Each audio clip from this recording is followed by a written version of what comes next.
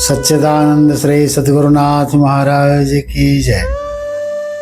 प्रिय धर्मानुरागी बंधुओं, श्राद्ध क्यों जरूरी है और क्यों करना चाहिए, इसको लेकर के भी वेद पुराण पितृपक्ष के बारे में आप कितना जानते हैं? क्या आप जितना जानते हैं पितृपक्ष का अर्थ केवल उतना ही है या फिर इसमें भी कुछ शेष बच जाता है? तो आपको बता दें कि जन्म और मृत्यु का रहस्य जिस तरह से अत्यंत गूढ़ है, ना हम जन्म के प्रति अनुभवी होते हैं और ना मृत्यु के प्रति हमें कोई अनुभव होता है कि हम आए कहाँ से और जाना कहाँ हमें। बस इतना मन विचार ले हो गया भजन। ठीक उसी प्रकार से पितृ भी हैं। वेद, दर्शन, शास्त्र, उपनिषद, पुराण इत्यादि में हमारे ऋषि मनीषियों द्वारा जीवन और मृत्यु के इन गूढ़ रहस्यों पर विस्तृत चर्चा की गई है।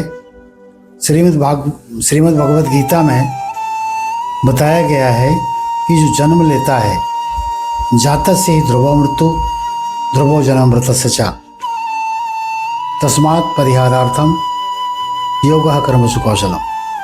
जिनका जन्म हुआ है उनकी मृत्यु निश्चित है, जिनकी मृत्यु हुई है उनका जन्म सुनिश्चित है। यही प्रकृति का नियम है। लेकिन इसमें यह भी बताया गया है कि मृत्यु के बाद ये पांचभौतिक शरीर नष्ट हो जाता है, लेकिन आत्मा कभी नष्ट नहीं होती।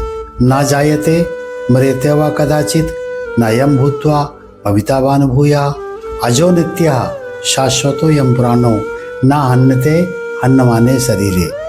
हन्नमान शरीर होता है, आत्मा कभी नहीं मरती है और वह पुनर्जन्म लेती है, बार बार जन्म लेती है।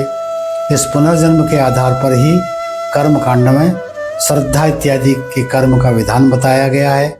लेकिन अधिकांश लोगों में यह संदेह रहता है कि पूर्वजों के निमित्त दी गई वस्तु सचमुच में क्या उन्हें प्राप्त होती है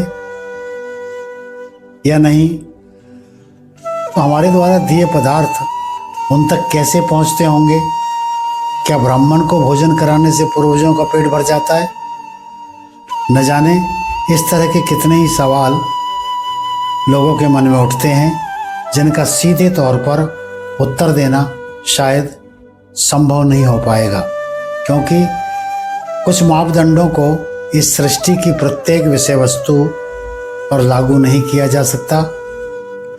ऐसी कई बातें हैं जिनका कोई प्रमाण ना मिलते हुए भी उन पर विश्वास करना पड़ता है। लेकिन वेद, पुराण, धर्म, शास्त्र इनको लेकर के पितृपक्ष में होने वाली विधि आदि से वैज्ञानिक मान्यताएं भी जुड़ी हुई हैं, जिसके बारे में हम सभी को निश्चित रूप से किंचित ही सही परंतु जरूर जानकारी रखनी चाहिए, प्राप्त कर लेनी चाहिए। श्री सद्गुरुदेव